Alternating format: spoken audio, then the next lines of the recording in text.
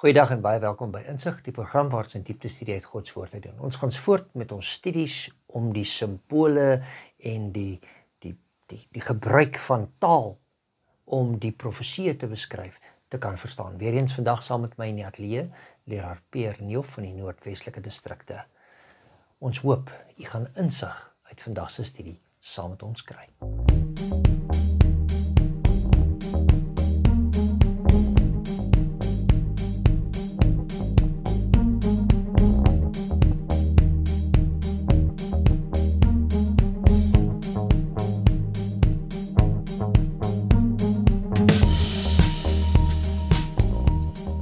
Goeiedag Pierre, goed om jou weer in die ateljee te hê, dat ons saam kan studeer. En jy kan nie glo nie, ons is nou al by les nommer 9. Sure. En ons het nou al 'n redelike entjie gestudeer. Na hierdie ene is daar nog net 4 oor. Ja. As my sommetjies reg is wat ons het. En weer eens, soos wat ek vir die mense sê, ons moet onthou, ons is nie besig om letterlike profeseë te bestudeer nie, maar net agtergrond. Oor om van die beelde en van die maniere hoe hulle goed beskryf te verstaan, dat wanneer jy by 'n profesie kom, om hom beter te kan verstaan. So, ons gaan aan en dis ons deel 2, wat ons vandag weer 'n bietjie na 'n ander gedeelte van ander 2 psalms gaan kyk, om die profesie beter te kan verstaan. Maar voor ons begin, nooi ons uit om u hoofde saam met ons te buig. Vader in die hemel, ons sê vir u baie dankie dat ons in u teenwoordigheid kan wees. Dankie dat ons u woord weer eens kan oopmaak. Dankie dat u weer eens vir ons krag en genade gegee het om dit te kan doen in hierdie dag. En ons bid, Here, dat u Gees ons sal lei soos wat ons uit u woord uit lees en studeer. Dit bid ons in Jesus naam. Amen. So kom ons gaan blaai na Psalm 67, toe alhoewel ons glad nie in Psalm 67 gaan vaststeken. Ons kry net ons agtergrond, ons beginpunt van daar af, vers 4 en 5. En in die ou vertaling lees dit: die volke sal u loof, o God, die volke almal saam sal u loof. Die nasies sal bly wees en jubel, omdat u die volke regverdig oordeel en die nasies op aarde lei. Nou dis nou baie interessant dat dit hier praat, met ander woorde, dis 'n psalm, dis 'n lied van Dawid, maar dit kan nie na nou verwys nie, of na Dawid se tyd verwys nie, want die vers 4 sê, die volke sal u loof, o God, die volke almal saam sal u loof. Nou ons weet, en selfs tot en met vandag toe, loof nie almal die Here nie, en almal aanbid nie die Here nie. So hierdie moet vir ons verwys na 'n toekomstige. En weer eens kan ons sien, dit wys vir ons soos na die profetiese woord vir ons verwys, in die nuwe hemel en die nuwe aarde sal dit gebeur. Dan die volgende vers is net 'n beskrywing wat verder gaan, wat sê, die nasie sal bly wees en jubel, omdat u die volke regverdig oordeel. Nou ek weet nie of almal wat nou op die aarde is, gaan wil jubel en juig oor 'n oordeel wat kom nie. Want as ek mos aan die verkeerde kant staan, van 'n oordeel, dan sal ek, maar moenie my oordeel. En hier sê, die nasie sal bly wees en jubel. Hoekom? Omdat u die volke regverdig oordeel. En die nasies op aarde lei. Dit bring my weer terug soos daardie metafoor wat ons gebruik om dit te verduidelik, oor as ons ry vinniger as die spoedgrens. En as iemand vir jou sê, jy ry te vinnig, is ons dadelik geneig om, die Engelse woord is defensive te wees. Ek sal maar die mooi Afrikaanse woord nog kry. Ons wil onsself verdedig. En ons wil onsself verdedig en sê, hoor, ek ry nie te vinnig nie, maar daar's 10 km/h grasie hier in Suid-Afrika. Maar op die einde van die dag, hoef ek nie bang te wees vir daai oordeel as ek binne in die raamwerk bly wat daar vir ons gestel is nie. As hulle sê, daar's 'n spoedkamera, ek hoef nie eens te worry om rem aan te slaan nie, omdat ek weet ek's binne in die perke wat vir my gestel is. Maar wanneer ek buite daai raamwerk, al is dit net 'n klein bietjie buite, dan is daai angs in my, is ek reg, is ek binne die raak, gaan ek 'n boete kry. En ek dink is dieselfde met ons as mense, as ons nou dink aan die oordeel. As ons as Christene lewe en ons lewe daai lewe saam met die Here, dan hoef ons nie bang te wees nie. Elke liewe dag, soos ek gaan, vra ek vir die Here om my te vergewe en my meer te lei om meer soos hy te lewe. En wanneer ons dan dink oor die oordeel, dan gaan ons bly wees, want ons weet dit is die Here wat dan gaan. Daar is 'n oordeel wat gaan plaasvind, maar dieselfde persoon wat jou gaan oordeel, wat die regter gaan wees, is ook jou advokaat. Amen. En dis die goeie ding, weer eens, Christus sê, baie gaan vir my sê, Here, Here. Ja. Maar hy gaan vir hulle sê, gaan weg van my af, want ek ken jou nie. Met ander woorde, hier is weer eens die ding wat ons moet hê. In die oordeel wat hier kom, en die toekomstige dinge, gaan dit alles oor die verhouding wat daar is, tussen die individu en sy God. En gaan jy vertroue in jou God hê, wat vir jou gesê het, ek het vir jou gesterf, ek het vir jou die prys betaal, en daarom moet jy nou net op my vertrou wat ek vir jou kan doen. Nou, ons weet gewoonlik, as ons na, sal ons nou maar sê, movies kyk, en dan as die mense so aangestap en sê, dan sê hulle gewoonlik, you just need to trust me. Dan is dit wanneer jy iemand nie moet vertrou nie. Maar wanneer die Here sê, jy kan op my vertrou, dan sê hy dit nie vir jou, dat hy jou op dag 1 ontmoet nie. Hy sê dit vir jou, omdat hy nou al 'n pad saam met jou gestap het, en vir jou bewys het, dat jy wel op hom kan vertrou. So kom ons blaai dan na Psalm 65 toe, want ons 46, dankie, Psalm 46 toe. En ons gaan kyk na 'n sekere van die beloftes, wat daar vir ons uitkom, wat dit positiewe beloftes is, en wat ons basies kan deurtrek oor ook wat die Here vir ons beloof het, en wat ons ook kan optel in boeke soos Openbaring, wat ons verder daar kan lees. So ek dink, Peer, dit is net 12 versies, ons kan so 'n bietjie hierom lees, en soos wanneer ons by 'n vers kom, dan kan ons daar kommentaar lewer, soos ons voortgaan met hom. Okay, kom ek begin lees, ek sal begin by vers 2, en dit sê, God is vir ons 'n skuilplek en 'n bron van krag, as 'n hulp in benoudheid. Hy is altyd te vinde.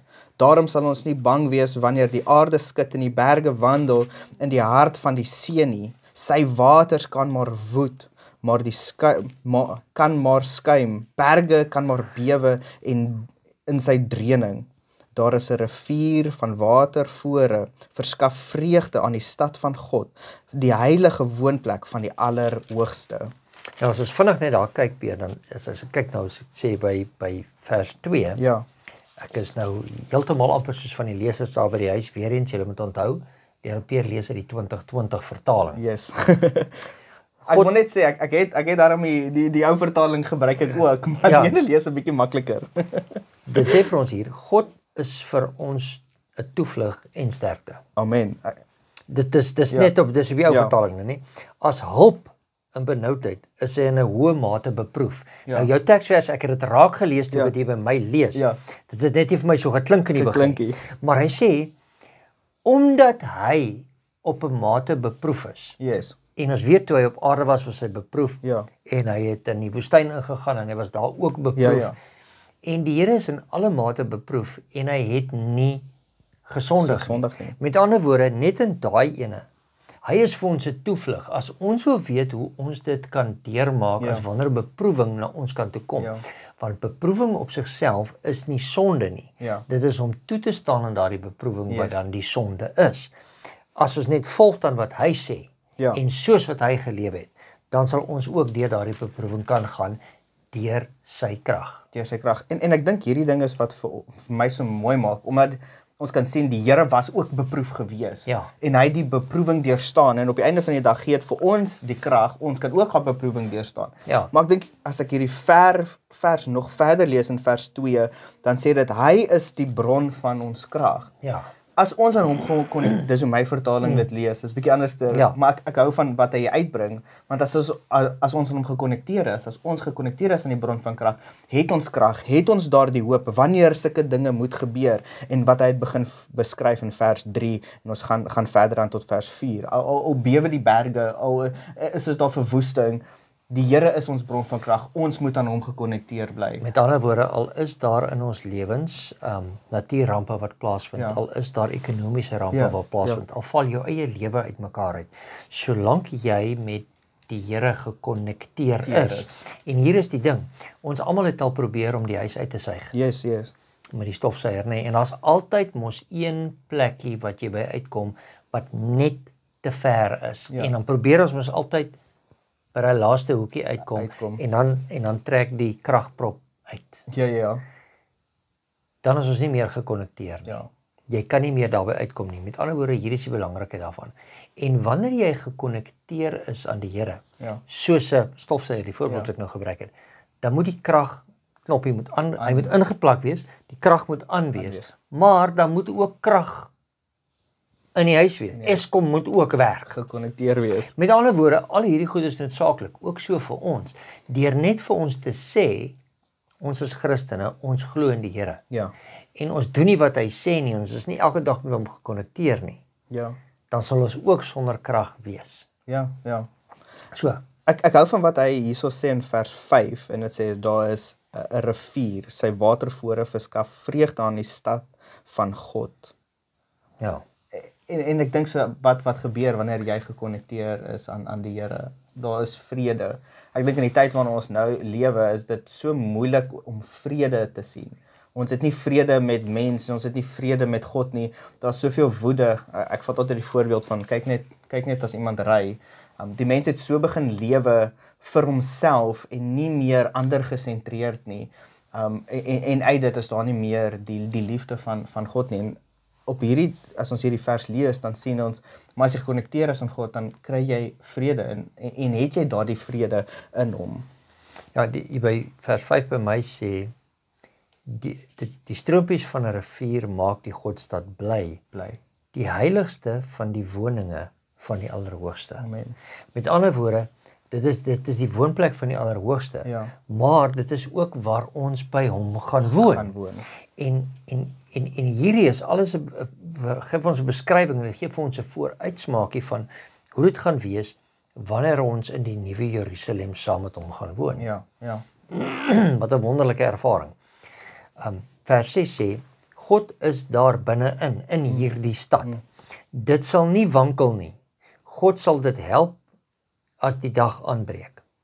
Nasies het gebruis, met ander woorde, daar was onstuimigheid.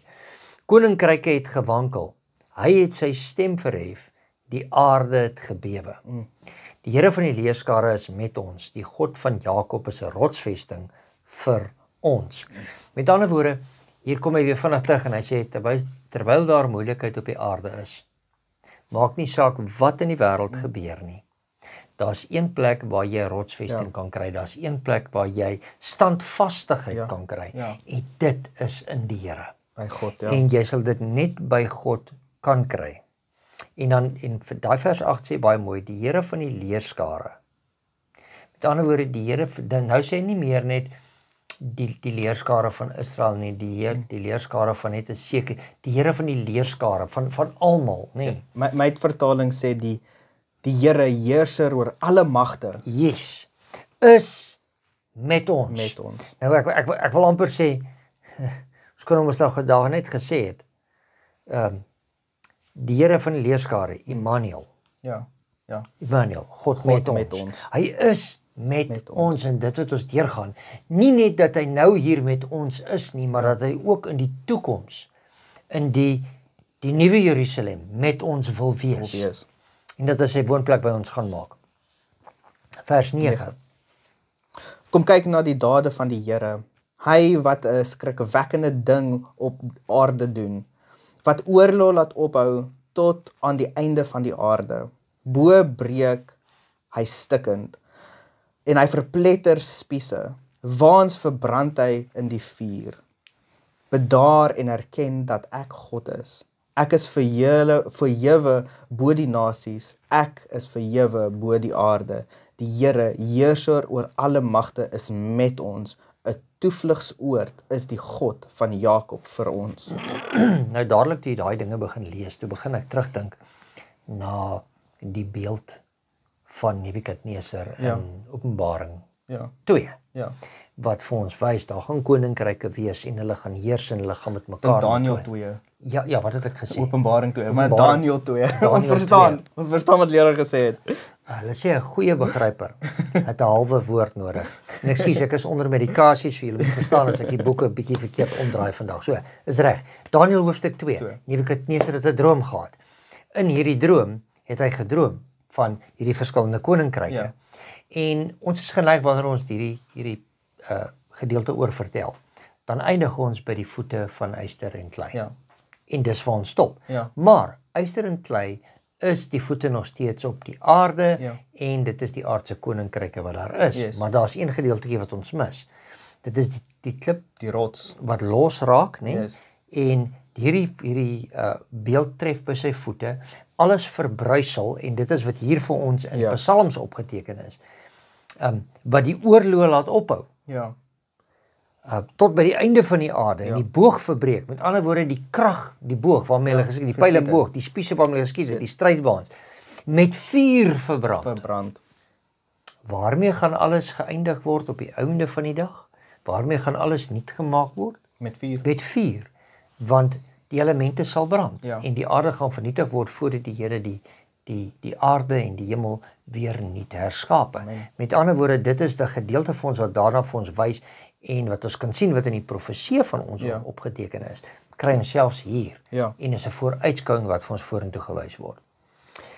Net vers 12 die laaste gedeelte sê, die Here van die leerskare is met ons. So, dit is weer 'n herhaling van wat hy van tevore in die Psalm gesê het. Die Here van die leerskare is met ons, die God van Jakob is 'n rotsvesting vir ons. Met ander woorde, en as ons dink daaraan, en vir ons is dit nou moeilik om te bedink aan 'n rotsvesting, maar 'n rotsvesting was in die tyd van dit geskryf was, jy kon dit nie afbreek nie, jy kon dit amper nie binneval nie. Dit was 'n plek gewees waar jy veiligheid gekry het en in die binnekant kon gesit het, en aan die ander kant kon allerlei goed aangegaan het, en dit is nie meer nie. Dis amper wat ons nou so vandag sal beskryf as 'n ondergrondse banker. Wat jy kan wegkryp en die goed val maar bo jou en jy is nie vreeslik bekommerd daaroor nie. Maar die Here is daar rotsvesting. Met ander woorde, terwyl ons op hierdie aarde is, gaan dinge nog steeds verkeerd gaan. Maar moenie bekommerd wees nie. Ek het die laaste 2 hoofstukke van die Bybel gelees. Die Here gaan oorwin. Amen. En ons sal saam met hom wees. Maak nie saak wat nie. Ja, ek dink Jeremia sê dit vir ons, hoe dit gaan lyk in daai tyd. In Jeremia 4 vers 23 tot 26 en dit lees as volg. En ek het na die aarde gekyk en dit was woes en leeg, ook na die hemel en sy lig was nie daar nie. Ek het na die berge gekyk en hulle het gebewe en al die heuwels het geskud. Ek het gekyk en daar was geen mens nie en al die voëls van die hemel het weggevlieg. Ek het gekyk en die land van die tuine was 'n woestyn en al sy stede was afgebreek voor die Here, voor sy troongloed. Met ander woorde, dit is nou die dag na die Here gekom het en hy het sy kinders weggevat. Dan gaan die aarde woes en leeg lê en daar gaan niks meer oorwees nie. En dit is ook een van daardie tekens wat ons by sien dat Satan gaan dan hier rondloop soos 'n brullende leeu en hy gaan mense wil probeer verlei, maar hy's in 'n gevangenis geplaas, want daar's niemand wat hy kan verlei nie en hy het 'n redelike lang tydjie. Daai millennium. Hy het daai millennium en hy 1000 jaar tyd om te sit en dink oor sy sondes. En sy lot wat dan nog gaan kom. Nou ek weet nie van jou en my nie, maar ons baie weet ons ouers het baie keer vir ons gesê, hoorie, ek gaan nie nou met jou praat nie, gaan jy maar eers badkamer toe. En ons almal van ons wat ouers gaan dit verstaan. En as jy badkamer toe gaan, dan weet jy wat kom. Maar dan elke keer dan hoor jy die voetstappe kom halfpad in die gang af, nee, dan draai hulle weg iewers anders heen. dan begin jy al hoe meer te dink oor watse verskoning kan ek nou uitdink om hierdie straf wat na my kant toe kom. Ja. En dit is in daai aspek waarin die Satan gaan sit, dat hy gaan moet dink oor sy sondes wat hy gedoen het.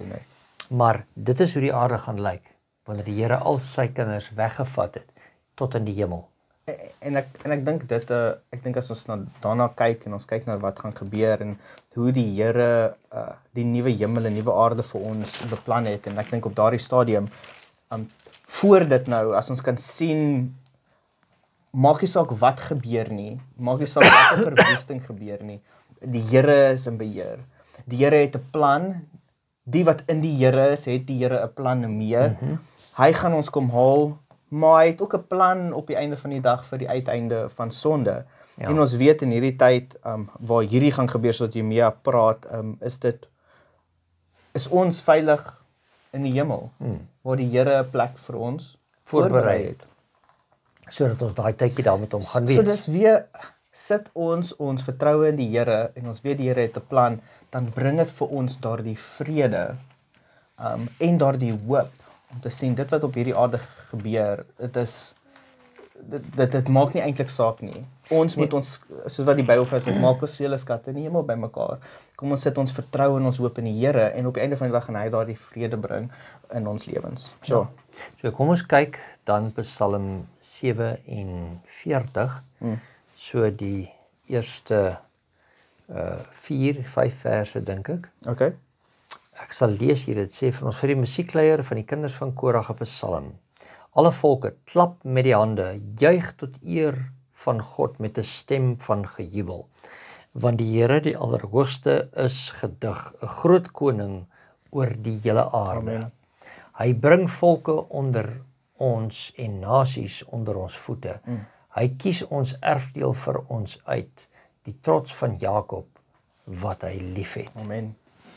Hier sien ons die gedeelte wat hy sê, en ja, ek sê altyd ons moet onthou, die Bybel is mos vir ons persoonlik geskryf. Ja. Maar ek kan nie dit wat persoonlik alles dadelik hier van toepassing het nie, want dit was nie die eerste ontvangers van hierdie skrywe nie. Ja. Hierdie was Israel gewees, en is in Israel se tyd geskrywe. Die tweede ontvangers was die kerk deur die eeue, en nou is dit vir ons persoonlik ook van toepassing. Alle volke, klap met die hande, juig tot eer van God met 'n stem van gejubel.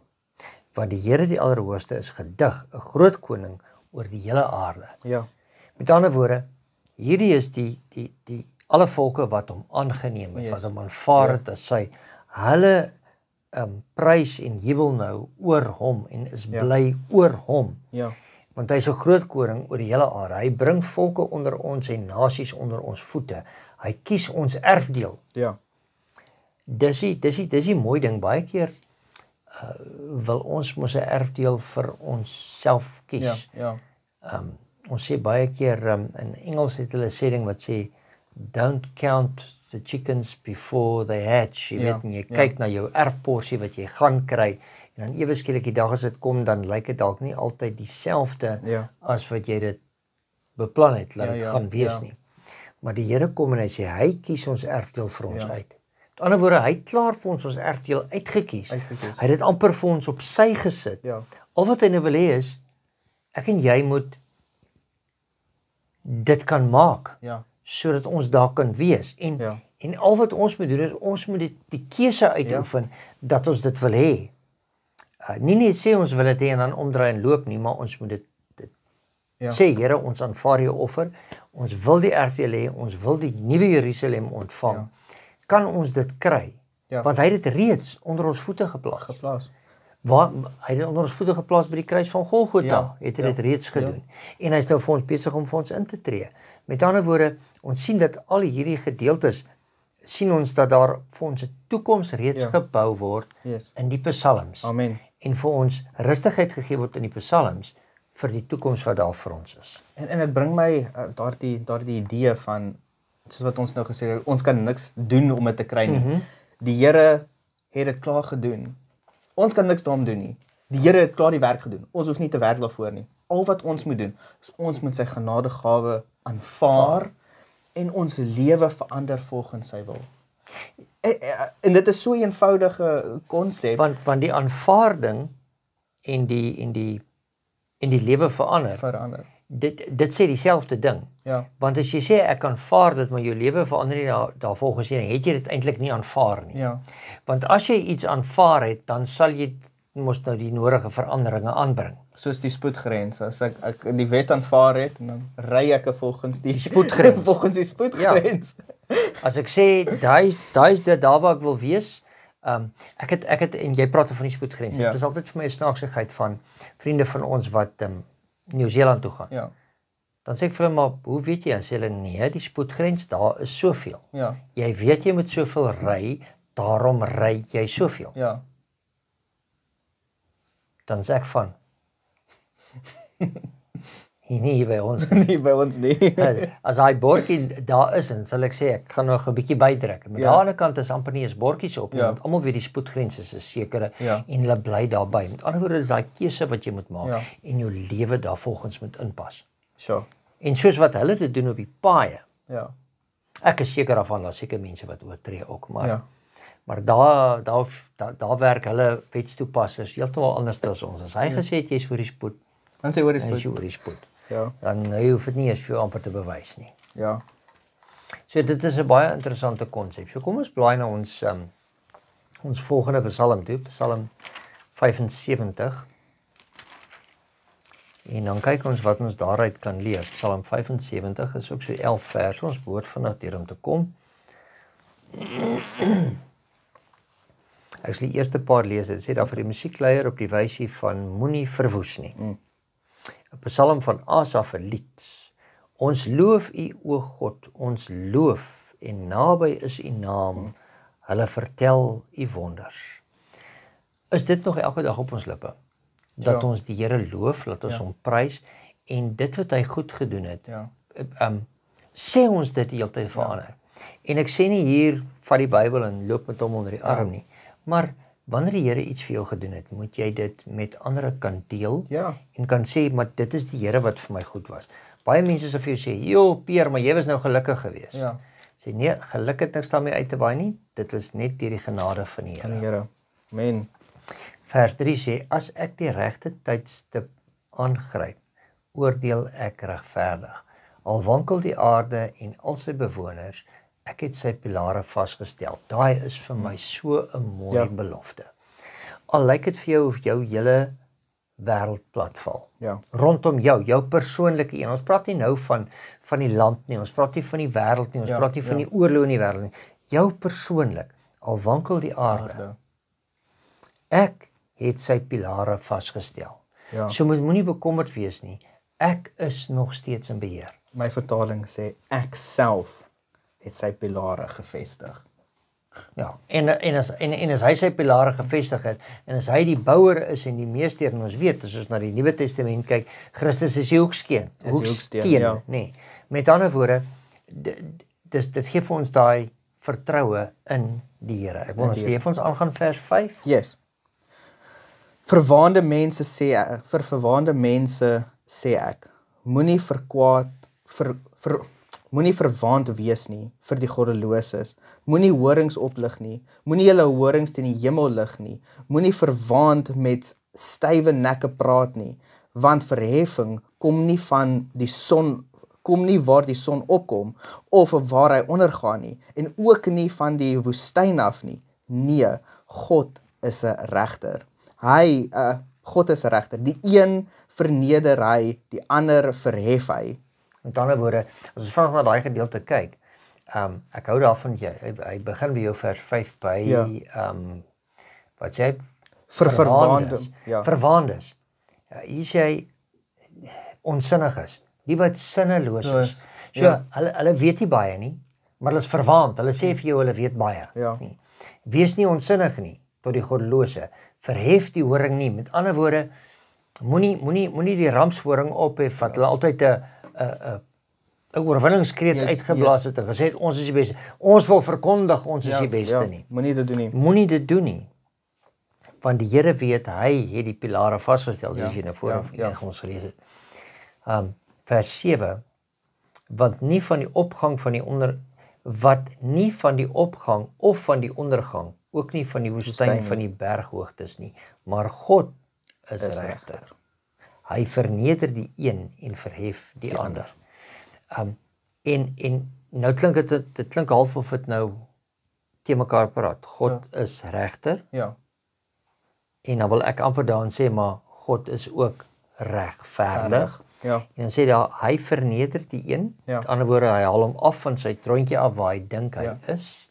En die ander ene wat nederig is, vat hy van onder af en hy verhef hom boontoe. Laat my dink aan die Nuwe Testament wat sê, wanneer jy in die sinagoge of by 'n eetplek ingaan, moenie die voorste gestoeltes inneem nie, want hulle gaan dalk vir jou sê jy moet agter gaan sit. Ja. Maar as jy agter gaan sit, gaan jy dalk vorentoe genooi word. En dit is wat Christus vir ons doen. In sy teenwoordigheid moet ons altyd nederig wees, sodat ons meer en meer soos hy kan wees. Kom ons gaan aan. Vers 9. Ja, daar is 'n beker in die hand van die Here met wyn wat gegis het en vol krye is. Hy skink daaruit. Al die goddeloses van die aarde sal dit moet drink. Dit tot die droesem moet ledig. Dit tot die droesem moet ledig. Ja, tot heel onder moet hulle dit dan uitdrink, né? Uitdrink. En dit laat my nou dink aan 'n ander versie in Openbaring, maar ons sal nou so gaan. En ek sal vir altyd verkondig, ek sal die Here van Jakob besing, wat sê, al die horings van die goddeloses sal ek afbreek, maar die horings van die regverdiges sal opgelig word. En dit bring my na die versie in, wel, as ons weet, ek dink Matteus praat dit van 26, vers 26 tot 29, praat van die instelling van die nagmaal, en hy sê ook in daai selfde vers, hy sal nooit daarvan drink, van die wyn drink, totdat hy dit weer saam met ons gaan drink nie. Maar Openbaring praat hy ook weer van, en ek dink ons het dit al in die verlede gedoen. Het ons dit al gelees, maar kom ons lees daai paar verse. Dit sê daar, en 'n derde engel het gevolg en met 'n groot stem gesê, as iemand die dier in sy beeld aanbid en 'n merk en op sy voorhoof en op sy hand ontvang, sal hy self ook drink van die wyn van die grimmigheid van God. En dit is waarna die psalmdigter hier vir ons verwys. Hy sal dit drink en hy sal dit moet leegdrink. Right? Wat ongemeng ingeskink is in die beker van sy toorn. Met ander woorde, ons gaan dit nie 'n bietjie vir jou verdun, dat dit makliker afgaan nie. Dit gaan ongemeng, dit is vol sterkte van die grimmigheid van God. En hy sal gepynig word met vuur en swaal voor die heilige engele en voor die lam. En die rook van opyniging sal opgaan tot in alle ewigheid en hulle het dag en nag geen rus nie. Hulle wat die dier in sy beeld aanbid, elkeen wat die merk van sy naam ontvang. Met ander woorde, hier kom hy en hy bring dit baie feitelik. Hy sê, okay, kom ons maak dit seker gehou, wie gaan gepynig word dag en nag? Hulle wat? Hulle wat die dier in sy beeld aanbid. Yes.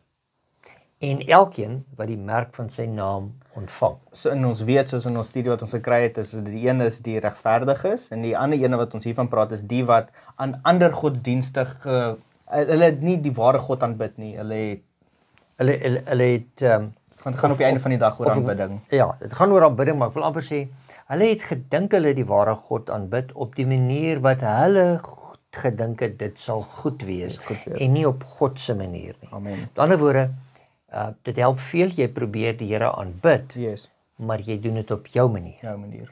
Die Here het gesê, daar is 'n sekere manier waar ek aanbid wil word, en dit is die manier wat jy in hierdie woord kry. So ons kan nie ons eie ding doen nie? Nee, jy kan nie jou eie ding doen nie. Anders sou die Here gesê het, enigeen kan na my toe kom, en dan kan ons daai spreekwoord gebruik het wat ons gebruik in ons alledaagse taal wat sê, alle paaie lei na Rome. En nee, alle paaie lei nie na die hemel nie. Christus het gesê, ek is die weg, die waarheid en die lewe. Niemand kom na die Vader, behalwe deur my nie. Met ander woorde, daar is net een pad. Nie verskillendes nie.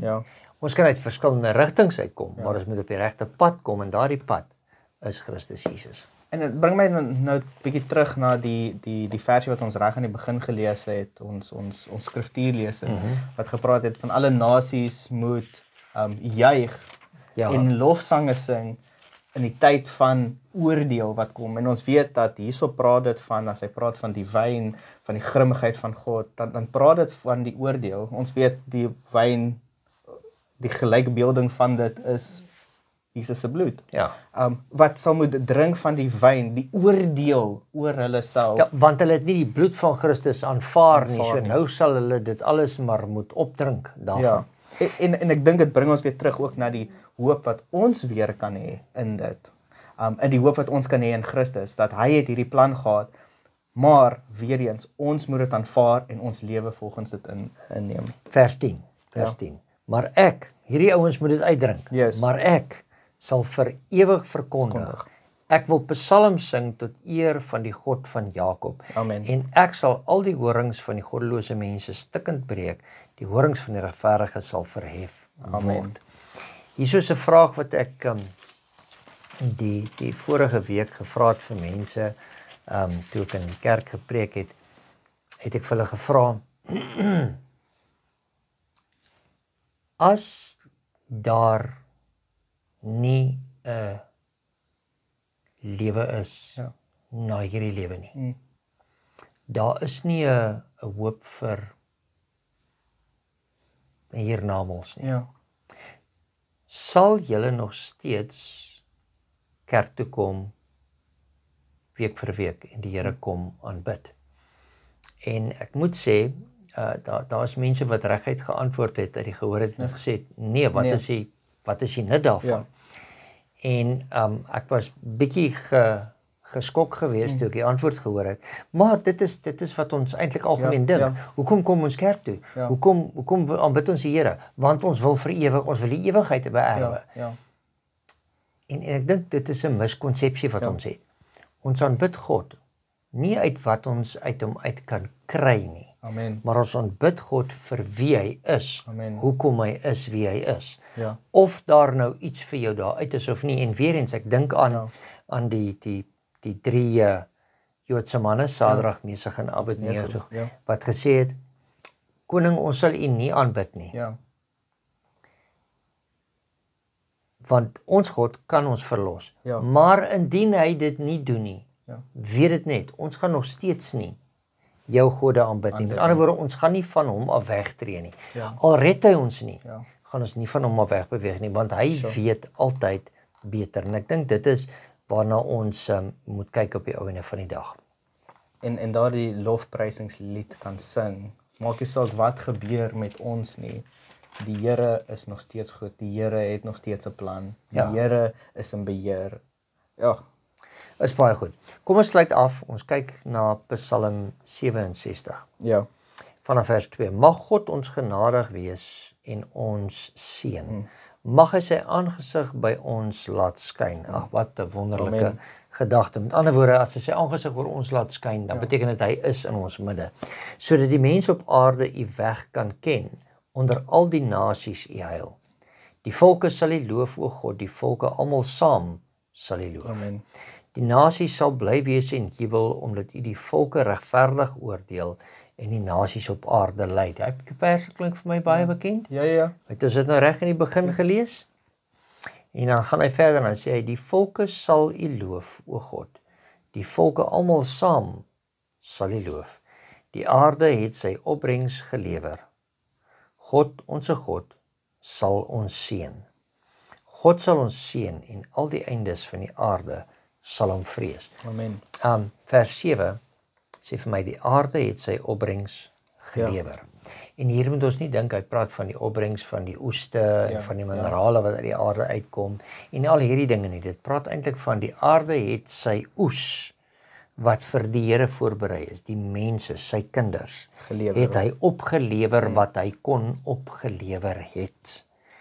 En God sal, daar's van die volgende versie, want God sal ons seën. Ek wonder, hoe lees dit in jou vertaling? Nee, hy lees is baie soortgelyk, maar wat ek hier wil uitleen, dit sê mag God, dan sê hy nie net, is nie net God nie, mag God, ons God, ons seën. So dit is daai eiening van God.